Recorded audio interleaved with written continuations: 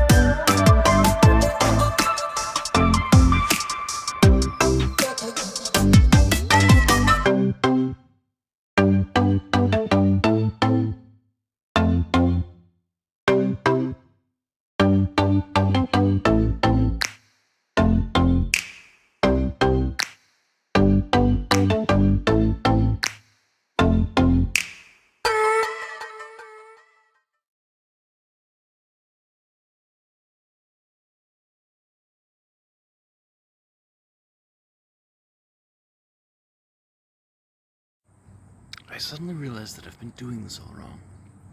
So, my name is Renee Helmricks. I have been trying to communicate to our government about certain things that the government allows which are actually illegal. And I've been trying to communicate to the Canadian government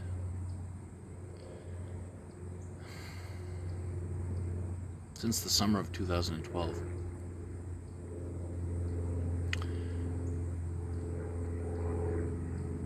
Recently, on August 22nd, 2024, there were two OPP constables that were at my residence. I don't know if I should look into the camera or if I should look into the here.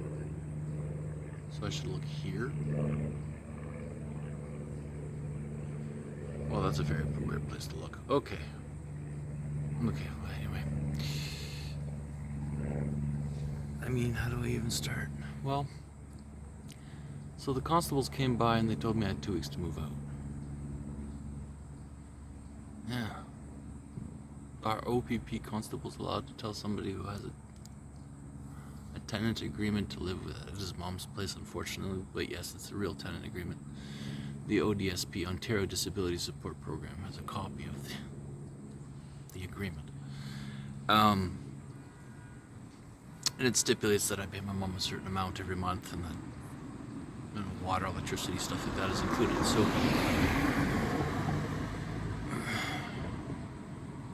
So the police have kicked me out of the home. Ordinarily, this would be a bad thing, except I already have nowhere to go. My mom and I were already in agreement about the fact that I was not supposed to carry on life in her house. So, then the question remains, well, how did I even get to her house recently?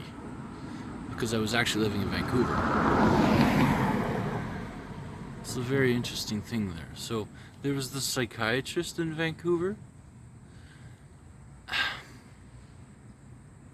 First, they prescribed me with medication.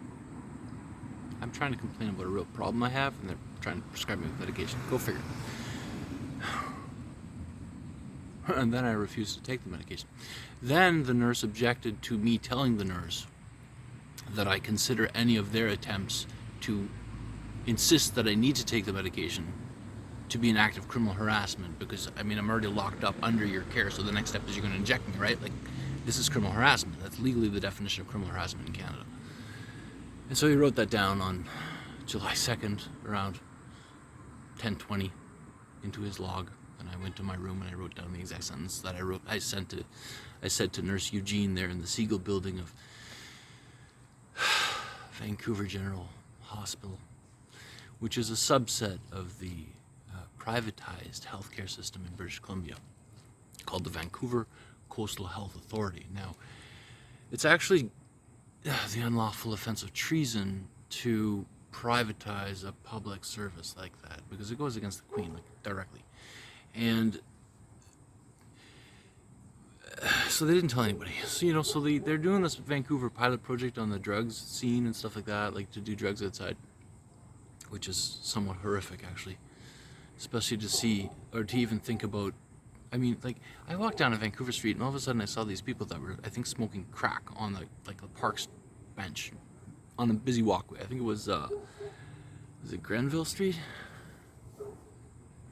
Yeah, I think it was Grenville Street there, in downtown Vancouver. And I was walking down, and so they're sitting on the bench, and I'm looking, I'm like, you know, I've never actually seen it be done before. Like, how do you even go about doing that? Like, holy education. And then the woman, okay, I call her a woman, but she was probably like, you know the old people that have, like, their teeth falling out, but they're actually only like 22, 23. It was one of those kind of people. Okay, so skin and bones, like, just give me that other crack hit.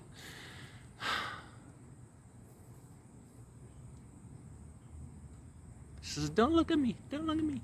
It's like, well, you're doing it in the middle of a public street. Like, you expect privacy after this? I actually took a video of that. Wouldn't that be something to dig up and make a reel out of? So, like, really.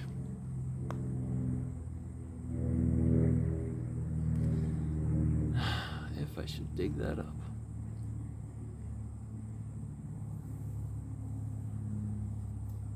It's recorded. If I dig it up, if I find it, I'll put it online. I actually think I have a lot of video stuff to do today. I think so. The idea was to upload all the videos that I have on my phone. Just throw them all on TikTok. Sort them all out later. Throw them all on TikTok. And then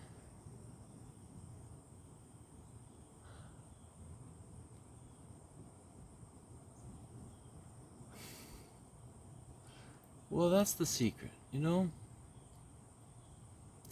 But I assure you,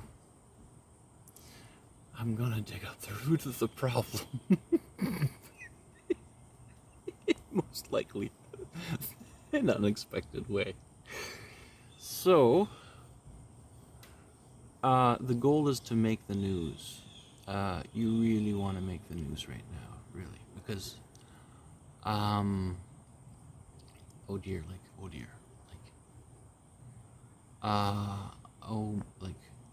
okay. At this point, the Royal Canadian Mounted Canadian Police are directly incriminated in this. They were sent an email yesterday, August 23rd, and you can get a copy of that email. It's the only PDF document currently at vlog221.ca. So, they know. And according to psychiatrists, this was the original reason why they locked me up. Anjana Challa was her name, the second psychiatrist that I saw in 2012. She was the chief psychiatrist at Royal Victoria Regional Healthcare Center.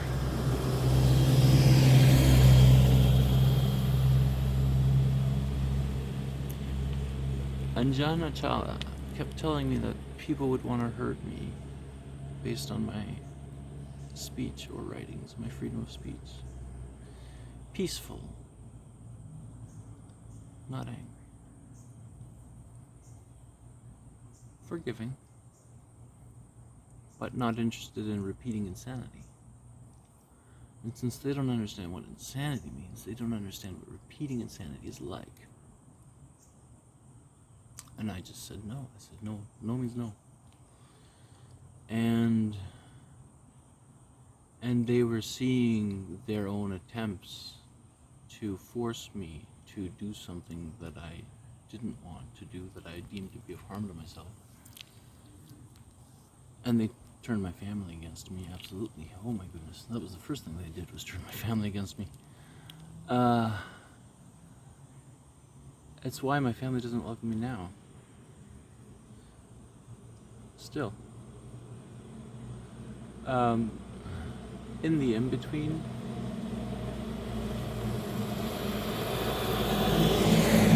because there are a lot of lapses in memory during the day, and you will always be focused on the things that you see constantly more than anything that you're seeing periodically. So if I'm a periodic appearance in somebody else's environment, they're going to be more concerned with their own constant reappearances of problems. No one is ever going to see anybody like me coming. Not in any millennia, any universe, anywhere. It just ain't going to happen. Unfortunately, though, when our systems do collide, I'm going to rev you guys up. I'm a higher functioning, mental, logical circuit breaker unit. So you're going to get a little bit of a, and it's going to feel like, what the fuck just happened? And then you're going to be okay, and you're going to look down at what you've got in front of you, and it's going to be me.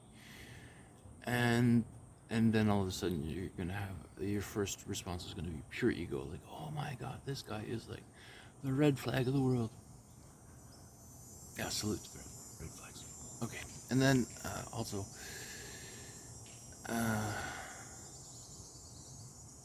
it's just teamwork.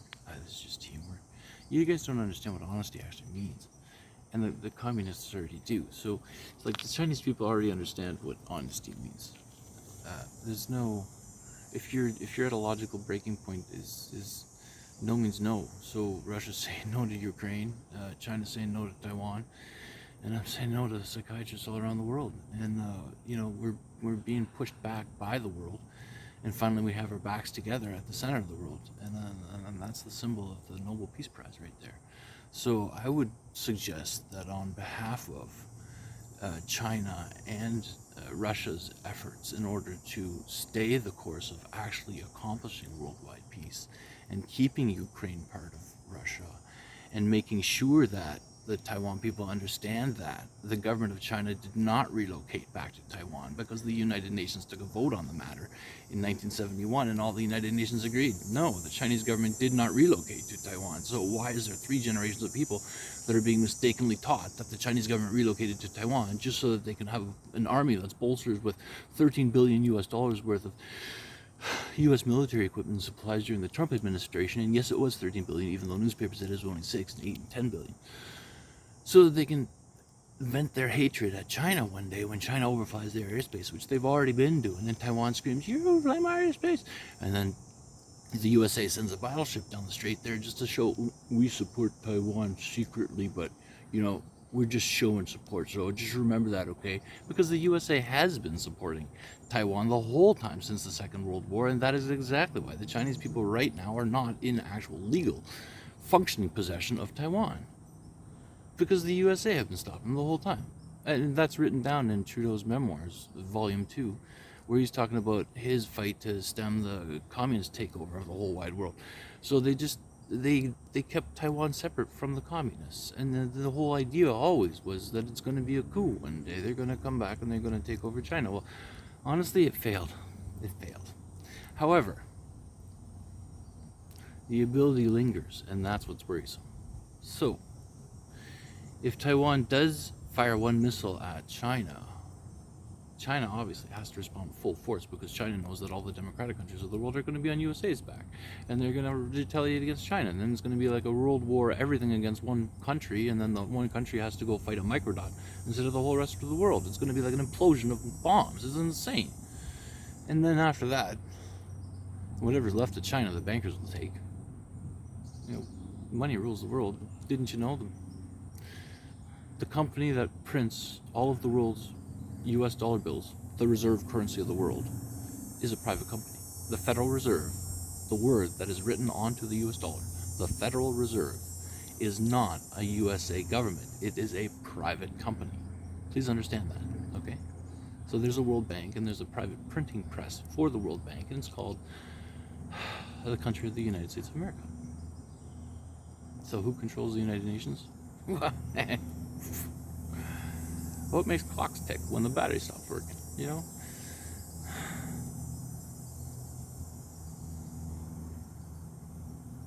These are unanswerable questions. So we're going to, so I have an idea. So I've written a bunch of stuff on the internet about Canada and about other things I've seen, around the world. A few suggestions to fix a few things here and there. And I'm going to run for Prime Minister of Canada, just so that after I become Prime Minister of Canada, run for Prime Minister of Canada, I can offer my support to all the other Prime Ministers who come along on TV, of course, in exchange that they will nominate me as the incumbent Governor General once the position becomes available. Which is normally appointed by a friend of the Prime Minister anyway. So we'll just have a public agreement of friendship, rather than what was before always just secretive and the public didn't really know anything about. So we're just making that part public, and in the process then I get elected Governor General, and that gives me the authority to say no to a couple of rules that are definitely causing confusion. Like the whole, for example, I got Canada pension plan given to me for the 8 years while I was in Taiwan. It's actually about 100 months. 99, who knows, a big number like that. But they didn't give me the Ontario Support program. And the doctor was Gunter Lorberg, and he actually wrote in the form, he said, permanent mental disability. It means never able to work in society again. So that entitles me to free Ontario government extra support for life. Already at age whatever I was there. How old was I? So this started in 2012, and he signed that paper on the 19th of October 2015, and I was born in 77. So whatever that equals, I can see the dates. The calculation takes time, and I'm just not interested in the time part. It's a beautiful day out right now. And I don't see why that shouldn't continue, no matter where I am. But I do understand, though, that by the time this video is taken seriously, I certainly won't be here. I'll be doing something that you probably won't expect. And that's unfortunate, you know. But you gotta understand, you do have free will. And you gotta understand that you're exercising your free will right now. That's how I live my day. Like, otherwise I would consider you guys all robots, and that would be insane, right? I mean, we're not robots, we have free will. Because if you're a robot, then I'm a robot too, and I know I'm not a robot. I'm choosing to smoke right now to make another video on top of all the other videos that I haven't even sent yet. So, yeah, I will call this one, though, vlog222 is what we're on. So I mean, I left some really long ones yesterday, but they were just more of a time waster. That's what it was like. My mom once asked me why I don't delete stuff. I mean, why should I? Consistency means the record holds true regardless. So, we're just working out the kinks. Why do I have need to delete anything? I mean, on the Facebook there, when I wrote snip, it was probably a screenshot of some post that I have somewhere else. I mean, like, I've been saying the same thing over and over again. Like my friend Roy says, what does he say? Anyway, he just kind of zooms me on to the conclusion. So the conclusion then is, I'm not running for Prime Minister of Canada, but I am running for Prime Minister of Canada. It's a not but. There we go. It's a not but. And psychiatrists don't understand what not buts are. Actually, the psychiatrists don't really understand much at all. Just like everything they learned is wrong. So they're gonna have some unlearning to do, and it's gonna be kind of a nasty shock. So that's also like, that's kind of, well, you know, it wouldn't be a secret if there wasn't a nasty shock, right? They're the ones keeping the secrets, though. You gotta understand that. Like, it's all private. Behind scenes, closed doors. On the 28th of June, Sherwood, a doctor, closed the door, took my phone, opened the door, left the room, left my phone, God knows where, and it didn't even have a PIN number. Comes back in the room, closes the door, done. So, hey. So it's just, I'm delusional. I'm seeing people now. You saw him too, didn't you? Was he photoshopped in? That's a good question. Oh my goodness. I tried to Photoshop once in 2012. The school, the college, Georgian College bought me a whole new laptop. So I had a problem. So this is how the story started. This is just a return story. So I was working at Georgian College, and I had to advertise this course to immigrants in the area in order to get students for the class. So I did that successfully, and then the college was so happy that they gave me my own office and called me a marketing assistant. After that, I realized that I could actually reuse the same 8 students, so I didn't really have to work that hard as a marketing assistant, but I could write off a bunch more stuff, and then I could also give the students bonuses for signing up again. It made my life a lot easier. Then I began using work time to photocopy Kumon books, because I figured I would want to build a school later where I could just offer Kumon style lessons to people, because they're far less stressful than the actual real going to school part, and then sitting in the classroom and being ignored by your teacher and not knowing what you're doing, not being able to talk, and oh my goodness, like, it's just, Kumon really cleared that up. So I really like Kumon. And then so at the college there, one day, I guess I must have lost it, I wrote lottery numbers on the board, and the students were kind of like, and I think one of the students actually, she was a university teacher in Latin America. I can't remember the exact country. A beautiful sounding voice, though, the Spanish accent. So, she was also looking for a part-time placement at Georgian College. I think she might have played those lottery numbers. I felt so bad. I went out and I met her and her husband, I think, for was lunch or something like that, or was there another girl there? Anyway, there was somebody else. And I remember thinking to her then that I was really in the middle of a crisis there. That was 2011. And I could only remember her name right now. And she told me just to, if I'm going to write a book, that I should just draw on my environment. And that's where A Course in Miracles sort of started to make sense, where it says that consistency is honesty. Honesty means consistency, so that no act belies any other, no word belies any other, no deed belies any other. No act belies any deed or word, no word belies any deed or act, no deed belies any act or word. They're like three rotating, handshaking people in the center of the world, Russia, China, and I. And we're not stationary, but the perception is that we are. And it's like an electron. When you take a picture of an electron and you see it, and you think it's whirling around. We have no idea if it's whirling around. It could just be appearing there and then appearing somewhere else. It could be part of a bigger system altogether. We have no idea. But to be able to really understand it and admit that, you have to also understand that where you look around is not by accident. The lamppost I'm sitting across from says 7X355. I noticed it yesterday. I noticed another lamppost the other day when I just walked by and it looked over, it was 11102. I said, that's me. 111. 3 candles, yeah. Okay, got those together. 02. I was born on the 2nd of March. Oh, funny also there. That's Butler behind me. He's a nice guy. He thinks I'm a little weird. That's okay. There's a Canada flag off and I just look at that one.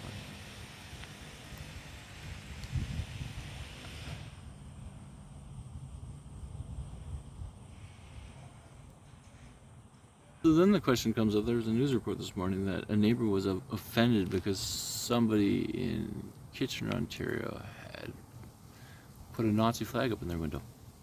You know, I was strangely attracted to the Nazi sign while I was growing up, and I had no understanding why. I have several coins from Germany with a Nazi sign on it. I have other memorabilia with the actual Nazi sign on it. Actual, like the real stuff. Which my uncle in Germany said he just threw in the trash. That's what they thought about it. So, but the symbol itself, I didn't understand the symbol. Why would you turn a Buddhist sign, which is already the sign of peace, sideways, or not even sideways, like on an angle? And it felt like it was just aggressive. It just felt really aggressive, and it just felt wrong, and it just felt... And as I thought about it more, I realized that the aggression feeling was nothing more than a perceptual motion that wasn't emotion. The symbol itself wasn't moving, but somehow some part of me was perceiving it somehow a little bit differently, like it was a little bit like with weird motion. And that was upsetting me and causing the aggression in me. And so I didn't understand how all of that worked. It just triggered me. You know, that's a good word for it. Triggered me. I believe, actually, this is the woman who inspired talk2dream. No, it's not. Okay. I got it off a window sign that the neighbor's lady was driving her car for. She was a painter.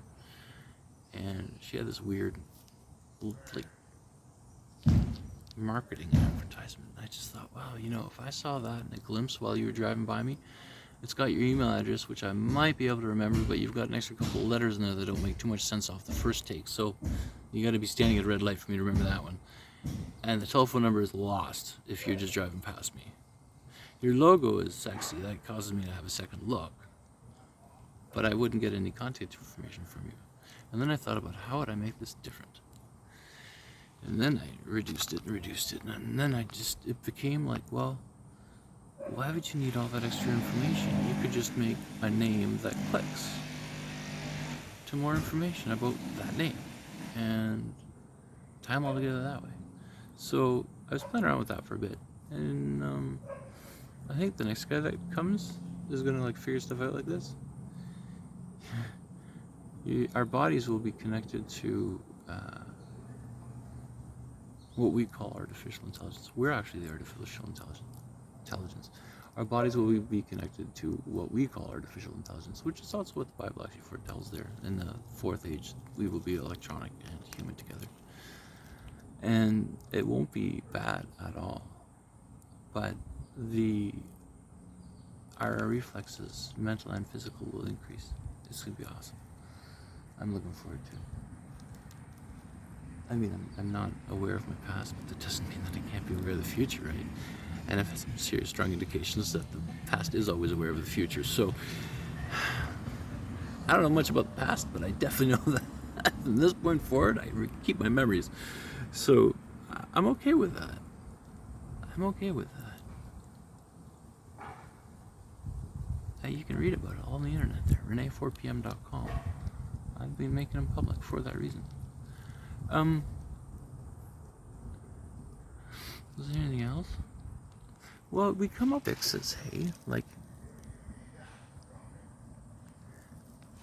my pipe. This is like an $8 stem in Canada. This was given to me free, which is now just a souvenir. It doesn't actually do anything. But when this gets dirty, I can just throw it out, make a new one, just cut a hole in it, and done. So it looks odd. It looks odd, and then you wonder, well, is the plastic harmful and stuff like that? And it's really not. No, because it doesn't melt at all. It's like I cut that hole with scissors, and then it got a little bit bigger, and then the pipe just wedged in there now, and now it doesn't seem to be growing anymore. And when it gets dirty, I just, well, I don't have, like the glass part there, I can actually just scrape it with a stone. I don't have any mesh or anything like that. So I know the way people were smoking their pipes was all different than the way that I'm doing it now. And I guess I was always curious when people told me that they had different ways of smoking it, but you're looking for the ideal, right? The adom, and then it's an Atlantean word, it's an old one, and then you optimize your life according to that. Also shaving, like this is actually technically the most inconvenient part, and the part where I scrape myself the most. So it was actually convenient to just turn it into a V to body advertise when I see people.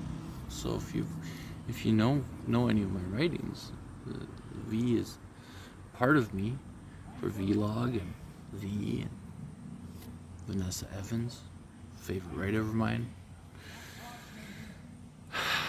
The Vanessa and John stories, we can call them that. Vanessa and John stories. She has truly exceptional stories. They're in line completely with my kind of life. So just way out there, don't hurt anybody, we're all good. Way out there is okay. And if you gotta start bombing a country to make a point, I mean, that's like the world has backed you up already at that point. So if you find yourself at the center of the world with your other two buddies, then it's time to work together.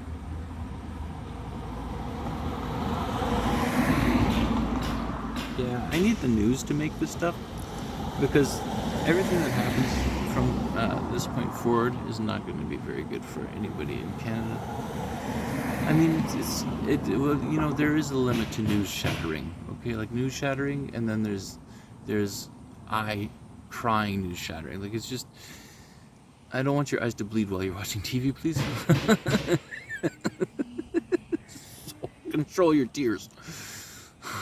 So just advertise now is better than advertising a little bit or thinking it's better to do later. No, advertise now. Share now. Now is the time. Definitely now. There's this isn't like me making something up. It's gonna save you guys a lot of headache if you share this right now. And by the way, the OPP should have seen the 911 call coming, because I called the 911 3 times in British Columbia in July. So who calls 911 4 times in the summer? Seriously. And means it all 4 times. Like, seriously. So, and I don't want to go over 30 minutes. So, I'm not advertising any products. I make this of my own free will. My name is Renee Helmerix. I'm currently in Early, Ontario. I'm sitting on the ground. There you go. And what time is it? Oh, it's August 24th. Daytime. There you go.